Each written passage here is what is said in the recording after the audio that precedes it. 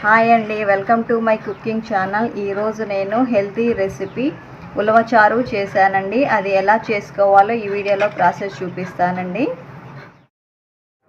ఉలవ చారు చేసుకోవటానికి ఉలవలను నేను ఫ్రెష్గా కడిగేసి కుక్కర్లో వేసుకున్నానండి. ఇప్పుడు వీటిని 10 విజిల్స్ వచ్చే వరకు ఉంచుకోవాలండి. చూసారు కదండి, ఉలవలు 10 విజిల్స్కి మంచిగా ఉడికిపోయాయి. ఇప్పుడు వీటిని ఒక జల్లి గిన్నెలోకి వంపేసుకుంటున్నానండి.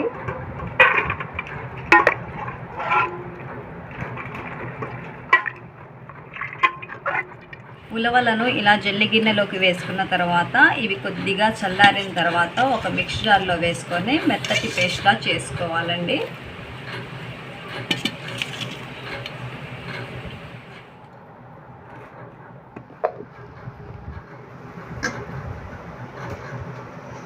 చూసారు కదండి, ఉలవలను ఇలా మెత్తగా పేస్ట్లా చేసుకోవాలి.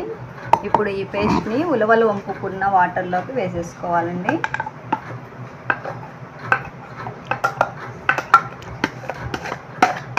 అలాగే మిగతా ఉలవలను కూడా మిక్స్ చేసుకుంటున్నానండి.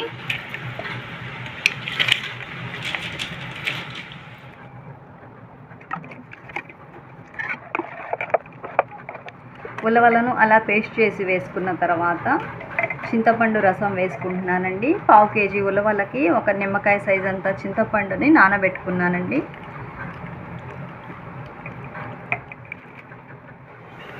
ఈ చింతపండు రసాన్ని ఉలవ చారులోకి పోసేసుకుంటున్నానండి.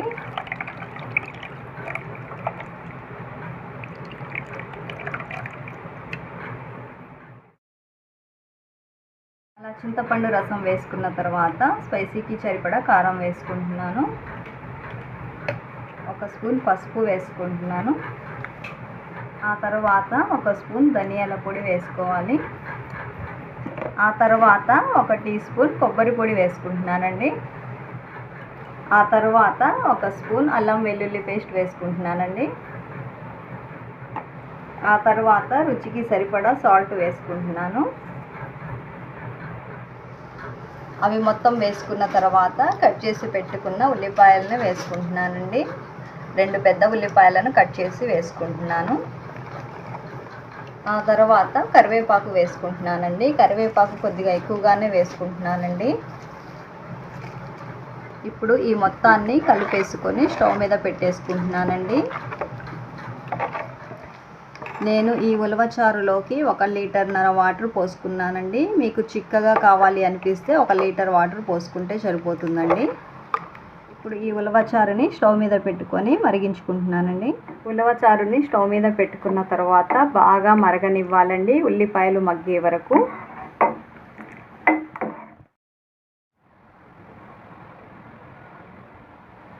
చూసారు కదండి, ఉలవ చారు మంచిగా మరిగిపోయింది. ఉల్లిపాయలు కూడా మంచిగా మగ్గిపోయాయి. క్లియర్గా చెప్పాలంటే స్టవ్ని మీడియం ఫ్లేమ్లో పెట్టుకొని ఒక 20 నిమిషాల పాటు మరిగించుకోవాలండి ఉలవ చారుని. చారు మరిగిపోయిందండి. ఇప్పుడు స్టవ్ ఆఫ్ చేసేసుకొని తాలింపు ప్రిపేర్ చేసుకుంటున్నాను. అలా మరిగించుకున్న ఉలవ చారుని ఒక గిన్నెలోకి వేసుకుంటున్నానండి.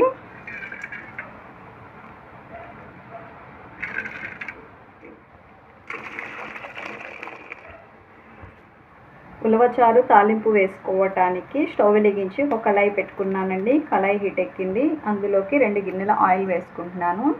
ఇందులో కొద్దిగా ఆయిల్ ఎక్కువగానే ఉంటే టేస్ట్ బాగుంటుందండి.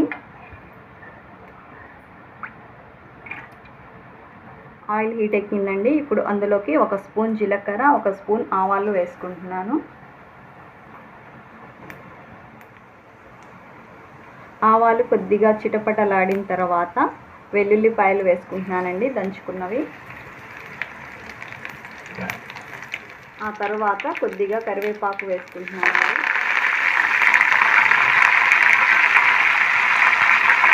కరివేపాకు వేసుకున్న తర్వాత 4 ఎండుమిర్చి వేసుకుంటున్నానండి.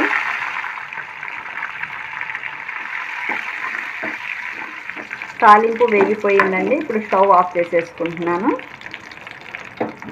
ఇప్పుడు ఈ తాలింపుని మరిగించి పెట్టుకున్న ఉలవ చారులో వేసుకుంటున్నానండి.